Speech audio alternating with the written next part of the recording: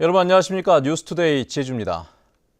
제주 지역 부동산 가격이 최근 몇 년 새 큰 폭으로 오르고 있습니다. 특히 대규모 개발 사업으로 유입 인구가 늘고 중국인 투자 열풍까지 겹치면서 부동산 시장은 과열 양상을 보이고 있는데요. 투자가 아닌 투기 우려를 낳고 있는 제주 지역 부동산 시장의 실태와 시장 안정을 위한 대책을 김찬년, 김현선 기자가 심층 취재해봤습니다. 구자읍 월정리. 에메랄드 빛바다의 흰 모래사장이 여행객들의 마음을 사로잡습니다. 몇 년 전부터 입소문을 타기 시작한 이곳은 관광객 사이에 명소로 꼽히면서 지난 3년 새 땅값이 10배 이상 뛰었습니다. 예를 들어 이 가운데 같은 경우는 지금 평당 400조도 안 팔겠다고 하는 입장이고, 마을 안길도 마찬가지고 마을 안길도 지금 너무 올라갔고. 2010년 이후 아파트 가격을 시작으로 들썩이기 시작한 도내 부동산 시장은 주택, 토지할 것 없이 뜨겁게 달아오르고 있습니다. 올 들어 도내 지가 상승률은 1.76%, 전국 평균 0.93%를 크게 웃돌고 서귀포 지역은 2.22%로 전국에서 세종시 다음으로 높았습니다. 하지만 부동산 시장에서 체감하는 상승률은 이보다 훨씬 높은 상황입니다. 개발 지역들은 개발 지역 인근 그 주변에 있는 주거용지랄지 주거 후보지랄지 상업 후보지들이 수요가 엄청나게 좀 늘어나서 그런 곳은 매월 자고 일어나면 지가가 변동되는 것 같은. 올 상반기 제주지법에서 이뤄진 부동산 경매에서도 평균 매각가가 감정가를 89%나 넘어섰고 서귀포시는 107% 초과했습니다. 인구 유입이 계속되고 관광객 증가세가 꺾이지 않는 이상 제주 지역 부동산 시장 상승세는 당분간 계속될 거라는 의견이 지배적입니다. 그렇다면 이 같은 상승세가 지역 경제에 미치는 효과는 긍정적이기만 한 걸까요? 이어서 김현선 기자가 보도합니다. 제주시 연동의 상가거리, 중국 관광객이 증가하면서 간판마다 중국어가 등장하고 업종도 중국인들이 선호하는 것으로 빠르게 바뀌고 있습니다. 매출도 따라 늘고 있지만 상가 임대료가 1년 새 적게는 20%, 많게는 갑절 이상 뛰면서 일부 세입자들은 쫓겨나고 급등한 권리금에 수익을 내기가 만만치 않습니다. 집세는 오르고 있는 건 틀림없습니다. 집세가 오르면 또 그만큼 자기 이익금이 작아지는 건 맞겠죠. 상권에 대한 기대감이 확산되면서 최근 서귀포 강정 택지개발지구의 준주거용지 낙찰가는 공급가보다 3배 높게 형성됐습니다. 예정가 4억 5천만 원짜리 땅이 14억 원이 넘는 값에 팔린 겁니다. 입찰한 용지 9곳 모두 외지인이 낙찰받았고 토지를 매수당한 원주민들은 상대적으로 큰 이득도 받지 못했습니다. 네, 도외 지역분들은 자기가 인근에 형성된 상가 가격을 봤을 때 자기가 이 정도는 써낼 수 있다. 아니면 적정 가격이다. 이 정도 인구에 이 정도 적정 가격이다. 그렇게 판단을 할 수 있는 거고 도내에서는 이제 그런 경험이 없다 보니까 또 자본도 좀 부족하고 해서요.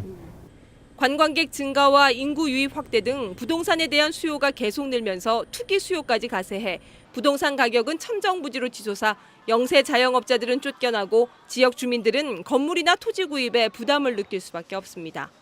또한 꾸준히 이어지고 있는 인구 증가세가 꺾여 지역 경제에 동력을 잃을 수도 있다는 우려가 나오고 있습니다. 생각했던 비용 이상으로 든다든지 그런 측면이 발생되면 이제 다른 곳으로 이렇게 이주를 고려할 수도 있고, 기존에 이주해왔던 분들이지만 제주 지역에 살면서 지속적으로 이렇게 제2의 고향으로 생각하고 살아야 되는데 어떤 여건이 맞지 않아서 이제 또 이주할 또 가능성도 있습니다.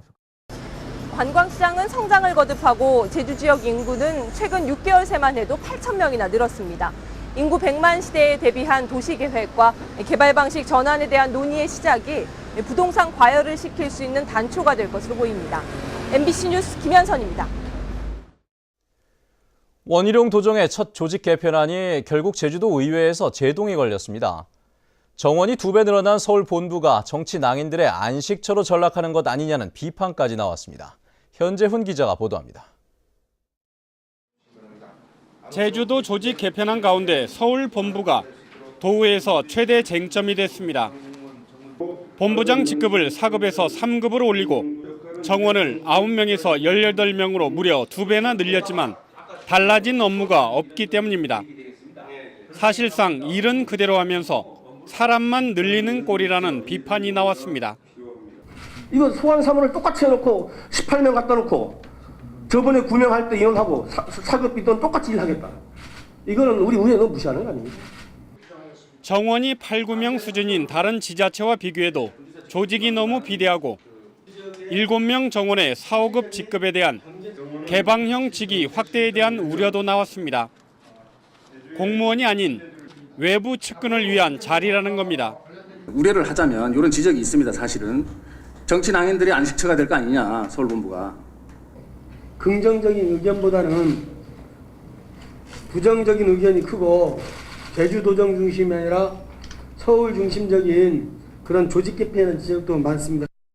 지역 주민과 관련 단체가 반발하고 있는 세계자연유산관리단의 개편안에 대해서도 도의원들은 재검토를 주문했습니다. 특별한 문제가 없으면은 이거를 장기적으로 검토하셔가지고 그쪽 분들하고 소통도 하고 하면서 이게 진행이 돼야 된다고 저는 생각합니다. 결국 제주도의회는 조직 개편안에 대한 의결을 보류하고 8월 4일 다시 심의하기로 했습니다. 조직 개편안이 의회에서 얼마나 손질될지 관심이 모아지고 있습니다. MBC 뉴스 현재훈입니다. 민선 6기 원희룡 도정의 첫 정기 인사가 다음 달 중순 이루어질 전망입니다. 제주도는 이번 제주도의회 임시회에서 조직 개편안이 통과되면 다음 달 중순 대규모 인사를 단행할 것으로 알려졌습니다.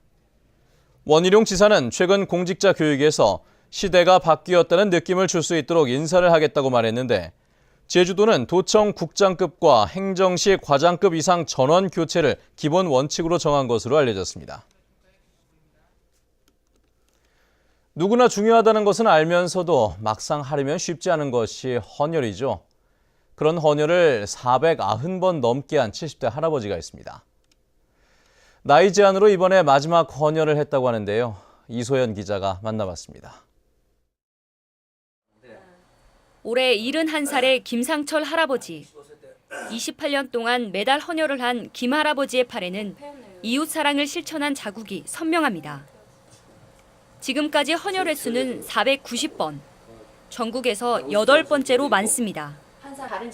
교통사고로 가족을 잃은 뒤 김 할아버지는 헌혈의 중요성을 깨닫고 헌혈을 시작했습니다.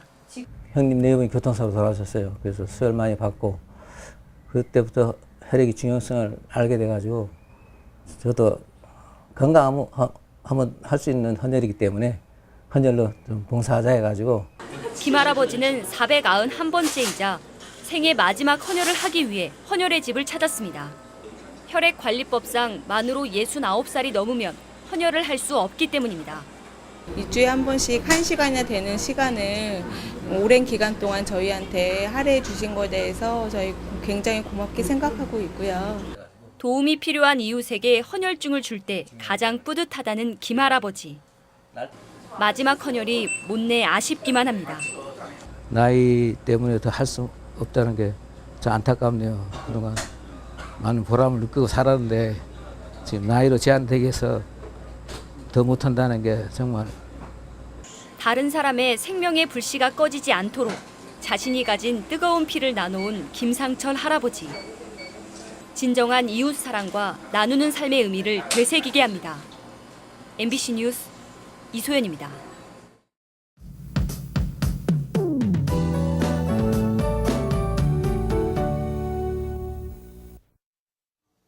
네, 밤사이 전 지역에서 잠 못 이루는 열대야가 나타났습니다. 오늘도 푹푹 찌는 찜통 더위가 이어지겠는데요. 하지만 낮에는 갑작스러운 소나기 소식이 있는 데다 이 태풍의 영향으로 오후부터 바람도 점차 강하게 불겠습니다. 내일은 제12호 태풍 나크레 간접 영향권에 들면서 돌풍을 동반한 많은 비가 오겠는데요. 해안 지역에 30에서 80, 산간에는 150mm 이상의 폭우가 쏟아지면서 휴가철 피서객들의 각별한 주의가 필요하겠습니다. 한편 현재 태풍은 일본 오키나와 남동쪽 해상에서 북서진하고 있는데요. 지금은 강도가 약한 중형급 태풍이긴 하지만 주말쯤 세력이 조금 더 강해져서 서귀포 서남서쪽 약 300km 부근 해상까지 올라오겠습니다.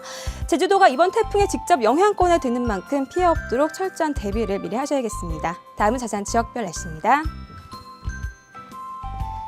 네, 출근길 북부 지역의 기온 24도에서 27도 보이고 있고요. 낮 기온은 30도에서 32도로 어제만큼 덥겠습니다. 서부 지역의 기온 27도 내외로 출발해서 32도까지 오르겠습니다. 네, 남부 지역은 낮 기온이 33도까지 치솟으면서 오늘도 무더위가 기승을 부리겠고요. 동부 지역의 현재 기온 23도에서 28도로 동네별 기온차가 조금 나고 있지만 낮 기온은 모두 30도까지 오르겠습니다. 네, 성파나 구름 많은 가운데 기온은 어제보다 약간 더 오른 모습입니다. 섬적 가끔 구름만 지나겠고 기온은 예년 이맘때와 비슷하거나 조금 높겠습니다. 네, 해상에는 태풍 나클의 간접 영향으로 남쪽 먼바다에 풍랑 예비 특보가 내려진 가운데 물결이 점차 거세게 일겠으니까요. 해상 활동에 각별히 주의하셔야겠습니다. 현재 김해공항에는 뇌전특보가, 제주공항에는 윈드셔 특보가 내려져 있습니다. 네, 이번 주는 태풍의 영향으로 날씨가 매우 유동적이니까요. 앞으로 발표된 기상정보 잘 참고하셔야겠습니다. 날씨였습니다. 한라산 구상나무를 살리기 위한 정부 차원의 실무위원회가 출범했습니다. 국립산림과학원은 멸종위기에 처한 한라산 구상나무를 복원하기 위해 산림청과 환경부 등 전문가로 이루어진 한라산 구상나무 보전 실무위원회를 구성했다고 밝혔습니다. 실무위원회는 앞으로 식생 변화 모니터링과 보존원 조성을 위한 증식 기술 등을 연구합니다. 한편 한라산 연구소가 최근 6개월 동안 한라산 10곳을 표본 조사한 결과 구상나무의 46%가 말라 죽었습니다. 이어서 문화예술계 소식과 생활 정보를 임희정 아나운서가 전해드립니다. 산지천 예술마당이 오늘과 내일 저녁 7시 30분 제주시 산지천 분수광장에서 열립니다. 오늘은 제주팝스 앙상블과 올레 난타 등이 공연을 펼칩니다. 여행과 치유는 오는 9월 20일까지 제주시 농협은행 제주영업부에서 제주아동 후원 중산간 사진전을 마련합니다. 해군 바다사진 공모전 입상작품 전시회가 오늘부터 다음 달 9일까지 제주공항 3층 대합실에서 열립니다. 간물과 함께하는 전통문화체험 행사가 내일 오전 9시부터 서귀포 농업기술센터 천연염색체험장에서 마련됩니다. 묵화동인회는 내일부터 다음 달 말까지 한라도서관 전시실에서 한라의 핀 먹꽃 전시회를 개최하며 서예작품 25점과 서각작품 2점이 선보입니다. 극단 가람이 공연장 상주단체 지원 육성 사업의 일환으로 다음 달 13일부터 19일까지 연극 뮤지컬 무료 교육 프로그램을 운영하기로 하고 교육생을 모집합니다. 제주시 동문로에 있는 성지 건설개발은 건축시공 담당자 2명을 채용합니다. 급여는 연봉 3천만 원 이상으로 자세한 사항은 702국에 6011번으로 문의하시면 됩니다. 생활문화정보 임희정입니다. 세계 최초로 람사르 마을로 지정된 제주시 조천읍 선을 1, 2가 생태관광 성공 모델 마을로 육성됩니다. 환경부와 문화체육관광부는 선을 1, 2를 생태관광 성공 모델 마을로 지정해 명품 마을 코디네이터를 배치하고 인프라 조성과 프로그램 개발 등을 지원합니다. 이에 따라 선을 1, 2는 오는 2017년까지 생태관광객은 지난해 5배, 마을 소득은 3.5배 수준으로 늘릴 계획입니다. 제주 시내 음식점에서 판매하는 식품의 나트륨 함량이 높은 것으로 나타났습니다. 제주도 보건환경연구원이 제주 시내 음식점에서 판매하는 된장찌개와 해장국 등 26개 식품의 나트륨 함량을 조사한 결과 1인분의 평균 1,051mg으로 세계보건기구의 1일 권장량인 2,000mg의 절반을 넘어선 것으로 나타났습니다. 특히 해장국과 뼈다귀탕은 1일 권장량보다 높았고 성게국과 보리 비빔밥은 나트륨 함량이 가장 낮았습니다. 제주시는 최근 가격이 하락한 넙치의 안정성을 홍보하기 위해 모든 양식장을 대상으로 주 2회 이상 항생물질 검사를 실시하기로 했습니다. 제주시는 항생물질 잔류 기준을 초과한 넙치는 유통을 금지시키고 과태료 500만 원을 부과하겠다고 밝혔습니다. 네, 뉴스투데이 제주를 마칩니다. 시청해주신 여러분 고맙습니다.